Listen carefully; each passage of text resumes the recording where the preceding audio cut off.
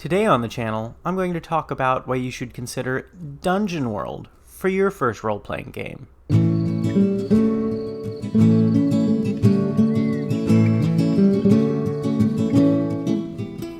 Now, just about everybody these days knows about role-playing games, and the one they think of tends to be Dungeons & Dragons, with shows like Dice Camera Action and Critical Role, mentions in The Big Bang Theory, or even plot elements in Stranger Things.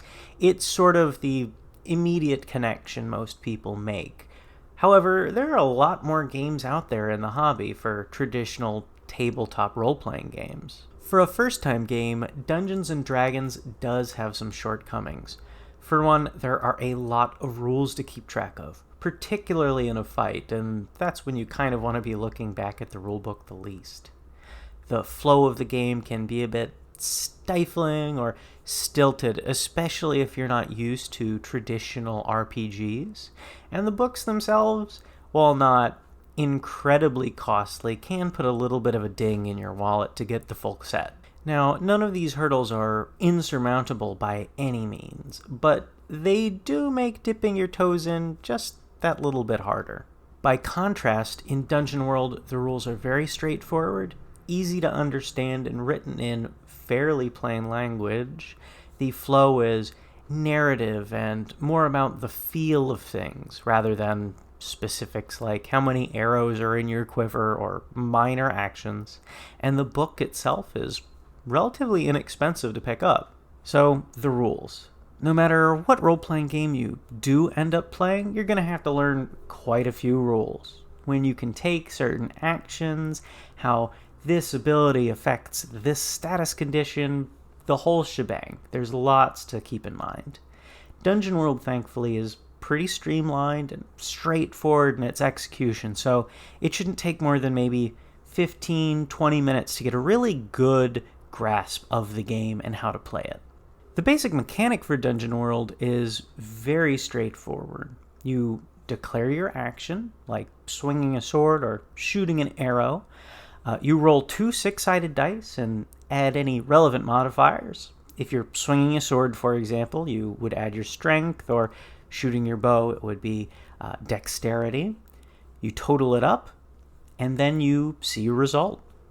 On a 6 or less, you kind of fail. You botch it pretty bad. On a 7, 8, or 9, you get a partial success. This could be you don't get everything you really want, or you do, but there's some kind of complication. On a 10 or more, you pass flawlessly with flying colors. It's pretty straightforward, right? In Dungeon World, the character sheets also list all of a character's abilities and future advancements on the front and back. These are listed in full, so you don't have to go flipping back through pages to look up charts or try and figure out what the shorthand actually means. The magic classes like Wizard, Cleric, and Druid also have an additional page that lists all of their possible spells throughout the game, front and back. This makes it really easy to have just the bare essentials at the table. Your character sheets, some dice, some snacks, and maybe a map and some minis if you want. Now, one of the most intuitive things about Dungeon World is that there isn't really anything tied down to specifics. There are no rules dictating how many pounds a warrior can carry or how far a rogue can sprint down the hall in 6 seconds. It's about the feel, what makes sense in the game world, what makes sense in the moment. When we're watching Lord of the Rings, we're not thinking of things in turns or specifics. Aragorn doesn't have to wait for an Uruk-hai to swing at him with a sword before he gets to fight back, while Gimli is twiddling his thumbs, just waiting on his go. And in Dungeon World, things are meant to operate in sort of the same way as a movie. It's supposed to be cinematic. Characters are encouraged to interject and sort of take hold of a scene as needed, and the Game Master is meant to facilitate this. In other role-playing games, like Dungeons & Dragons, things have a very ordered turn structure. And while this can help in some way to corral a rowdy table, it's still not natural. It's one of those things that can take some getting used to. Since there is no traditional turn structure in Dungeon World, that means that certain moves can be used for a variety of things. Defy Danger, for one example, can be used either for small things or large, like dodging a hallway full of whizzing arrows and traps, or something as simple as stepping to the side of a minotaur swinging down his axe. This can really help keep momentum and fluidity to a scene that you might not find with sort of games where it's static slivers, where every single action takes up exactly the same amount of time. So, the cost. While a role-playing game is never truly astronomically expensive, asking somebody that's new to pay $60, $70, upwards of $100 for a full set of rules can be a bit much.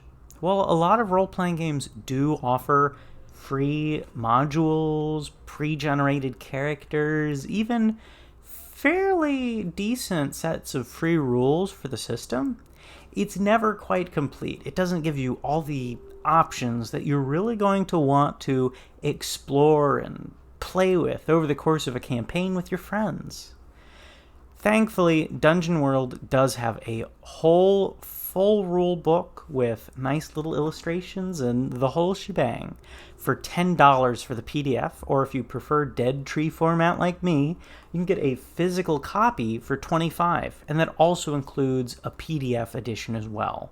On the Dungeon World website, which I've linked in the description, there's a download for a play kit PDF that has references for all the moves both the player and the game master can take, as well as character sheets to fill out, and for the game master, a little bit of help for planning adventures on the fly.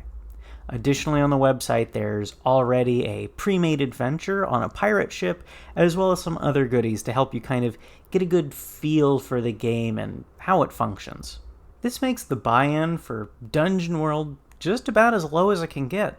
Outside of a set of dice or two, you have all you need to get started playing. Hopefully this gave you an idea of what Dungeon World is all about and encourage you to maybe give it a try. Thanks for watching. If you have any questions, comments, concerns, feel free to leave a note down below and subscribe to the channel for new videos every week about wargaming, role-playing games, and any accessories you might want for either of those. Happy gaming!